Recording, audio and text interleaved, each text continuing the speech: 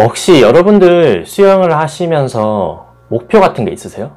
보통 생활체육 수영을 하시는 분들의 로망, 목표는 거의 같을걸요? 장거리 수영. 긴 거리를 수영해도 오래 수영해도 지치지 않는 게 로망이잖아요. 뺑뺑이를 돌아도 힘들지 않고 싶어 하잖아요. 그래서 이렇게 오랫동안 수영을 해도 좀 지치지 않도록 수영을 하기 위해서는 반드시 비트킥이라는 걸 하셔야 되는데, 이미 비트킥을 하시는 분들도 있겠죠? 자, 오늘은 여러분들이 비트킥을 차실 때 가장 많이 하는 실수랑 또 어떻게 하면 비트킥을 연습할 수 있는지 그 연습 방법을 제가 알려드리도록 할게요. 일단 비트킥에 대해서 제가 간략하게 설명을 드리면, 수영을 할 때 특히 자유형을 하실 때 여러분들이 발차기에서 체력 소모가 많이 돼요. 근데 더더욱 자유형은 발차기보다 팔 돌리기에 좀 더 추진력이 강하잖아요. 팔 돌리기에서 추진력이 더 나오기 때문에 발차기에서는 최대한 체력을 아끼고 그 체력을 팔 돌리기에 좀 더 쓸 수 있다면 더 오래 편하게 수영할 수 있겠죠. 다리에 힘이 풀리면 사실상 끝나거든요. 하체 움직임에서 가장 에너지를 많이 소비하기 때문에 알려드릴 비트킥을 통해서 발차기를 따다다다다다 이렇게 차는 게 아니고 팔 돌리기의 발차기 수를 맞춰서 그 발차기 수를 줄이는 걸 말해요. 비트킥에는 여러 가지가 있는데, 기본적으로 많이 하시는 비트킥이 2비트, 4비트, 6비트 이렇게 있어요. 그리고 나중에 뭐 8비트 이렇게도 있는데, 이게 어떤 개념이냐면, 먼저 2비트는 팔 2번에 발차기 2번, 4비트는 팔 2번에 발차기 4번, 6비트는 팔 2번에 발차기 6번. 어쨌든 팔 돌리기 2번이 한 사이클이에요. 이 한 사이클에 내가 발차기를 2번 차느냐, 4번 차느냐, 6번 차느냐, 아니면 더 차느냐, 거기에 따라 달라져요. 근데 이 비트킥을 차실 때 당기는 팔에 같은 발을 차셔야 돼요. 자, 예를 들어서 아까 설명드린 2비트를 차시면 팔 돌리기 2번에 발차기를 2번 차잖아요. 그러면 팔을 한 번 당길 때는 발차기도 한 번 차겠죠. 그 한 번 차는 거를 오른팔 당길 때는 발차기를 오른발로 빵 차주시는 거고, 왼팔 당길 때는 왼발을 빵 차주시는 거예요. 자, 그리고 4비트, 6비트 어떤 비트가 됐든 간에 오른팔 당길 때는 오른발 먼저 차시면 되고, 왼팔을 당길 때는 왼발을 먼저 차주시면 돼요. 자, 오늘은 제가 그 중에서 4비트를 기준으로 제가 설명을 한번 드려볼게요. 4비트는 팔 2번에 발차기가 4번이죠. 자, 요거를 이제 내 맘대로 써먹으시면 돼요. 이 발차기 4번을 3번 1번으로 나눌 수도 있고, 1번 3번, 아니면 2번 2번으로 나눌 수 있어요. 예를 들어서 오른팔 당길 때 3번 빠바방 차고, 왼팔 당길 때 빵 이렇게 차면 3번 1번에서 총 4번을 차죠. 그리고 예를 들어서 오른팔을 당길 때 발차기 1번, 오른발 빵 차고, 왼팔 당길 때는 빠바방 차면 1번, 3번에서 총 4번을 차게 되죠. 마지막으로 2번, 2번씩 차는 것도 마찬가지로 빠방 차고, 빠방 차서 2번, 2번을 더하면 4번이 되니까, 이 비트킥을 여러분들의 입맛에 맞게 자유롭게 써먹으시면 돼요. 자, 제가 지금 영상에서 보여드리는 거는 4비트 킥 중에서 2번, 2번씩 차는 킥이에요.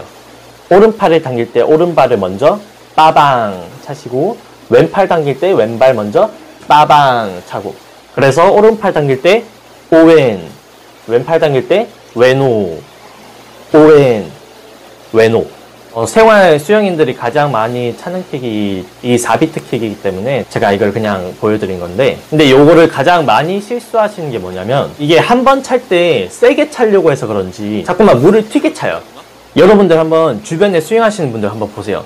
상급반에 뭐 잘하시는 분들도 뭔가 비트킥을 차는 것 같긴 한데 물이 튀게 차시는 분들이 되게 많아요. 이게 왜 이렇게 튀냐면, 제가 결론부터 말씀드리면, 첫 번째는 무릎을 많이 접어서, 그리고 두 번째는 발을 위로 들어서 그래요. 먼저 비트킥을 찰 때는 오히려 무릎을 거의 피고 찬다고 생각하시면 돼요. 내가 그 전에 자유형 발차기를 했을 때보다 더더욱 그렇게 생각을 하셔야 그나마 덜 접히는데, 이게 세게 차려는 습관 때문에 무릎을 많이 접게 되면 킥을 찰 때마다 몸이 짧아지기 때문에 저항을 많이 받아요. 이제부터는 발차기를 차실 때 거의 발목 스냅으로만 찬다고 생각을 하세요. 거의 발목의 움직임만으로만 발차기를 찬다고 생각하시고, 나머지 종아리, 골반 이 움직임을 최소화시키시는 거예요. 자, 두 번째는 아까 제가 말씀드린 것처럼 발을 위로 자꾸만 들기 때문인데, 일단 무릎을 많이 접게 되면 발을 위로 들 가능성이 훨씬 더 커지겠죠. 이렇게 되면 물이 튀는 건 당연해요. 근데 무릎을 많이 접지 않더라도 발차기를 하실 때 자꾸만 다리랑 발을 위로 많이 들려고 하면 이것도 역시 물을 많이 때리게 돼요. 자유형 발차기는 밑으로 차는 킥이지 위로 차는 킥이 아니거든요. 자, 예를 들어서 발차기 폭을 100이라고 치면 여기서 내가 다리를 위로는 한 20까지만 드시고요. 밑으로 80까지 내리세요. 위로 80까지 들지 마시고 그 폭을 밑으로 차셔야 돼요. 물론 무릎이 굽혀지지 않게. 근데 이게 말이 쉽지 비트킥을 처음 제대로 하시려는 분들은 좀 어려우실 거예요. 방금 말씀드린 것처럼 이렇게 자꾸만 무릎을 많이 굽히게 되는 것도 있고 자꾸만 다리를 위로 들어서 물을 때리는 것도 있고요. 그리고 박자를 맞추기 힘드신 분들이 되게 많으실 거예요.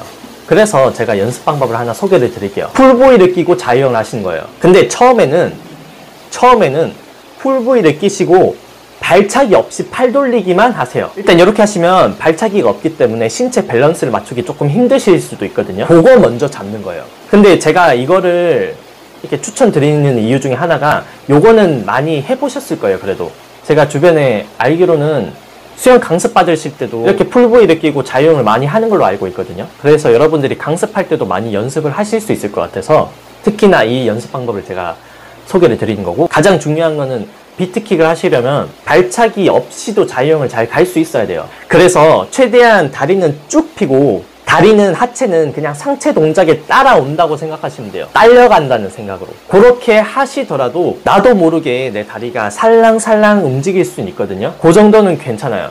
힘을 안 줬기 때문에. 이렇게 풀보이를 끼고 발차기 없이 자유형을 하셨으면 똑같이 풀보이를 끼고 자유형을 하세요. 근데 이번에는 킥을 감히 할 거예요. 이 표현이 와닿으실지는 모르겠는데 진짜 말 그대로 감이에요. 팔 돌리기에 발차기는 그냥 곁들인다고 생각을 하시면 돼요. 킥을 거의 안 찬다고 생각하셔도 돼요. 이 킥으로 추진력을 낸다고 생각하지 마세요. 거의 킥은 그냥 모양만 만든다고 생각을 하세요. 그리고 나중에 풀브이를 빼고 연습을 하실 때도 이 발차기, 비트킥을 다리가 가라앉지 않게만 킥을 하신다고 생각을 하세요. 뭐가 됐던 간에 풀브이를 끼고 있기 때문에 이 발차기, 킥의 폭이나 아니면 강도가 그렇게 세진 않을 거예요. 풀브이가 어느 정도 강제로 잡고 있기 때문에 이렇게 풀브이를 끼시고 4비트 아니면 2비트 연습을 하시면 돼요. 이렇게 연습을 하시다가 만약에 내가 하다가 박자가 안 맞고 힘이 좀 들어가는 것 같다, 그러면 다시 전으로 돌아가서 발차기 없이 자유형을 하세요.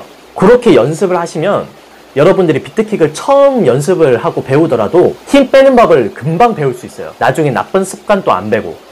요거는 제가 가르치는 수강생들 분들도 처음 했는데 물을 거의 안 때리더라고요. 근데 주변에 한번 보세요. 자, 요게 진짜 도움이 많이 되실 거예요. 그리고 참고로 스노클을 같이 사용을 하시면 되게 연습하기가 수월하실 거예요. 결론은 비트킥을 찰 때 흥분해서 물을 때리지 말자. 그러기 위해서는 첫 번째로 무릎을 진짜 조금만 구부린다. 두 번째는 발을 위로 들지 말고 밑으로 차자. 한마디로 무릎을 살짝 구부리고 밑으로 차자.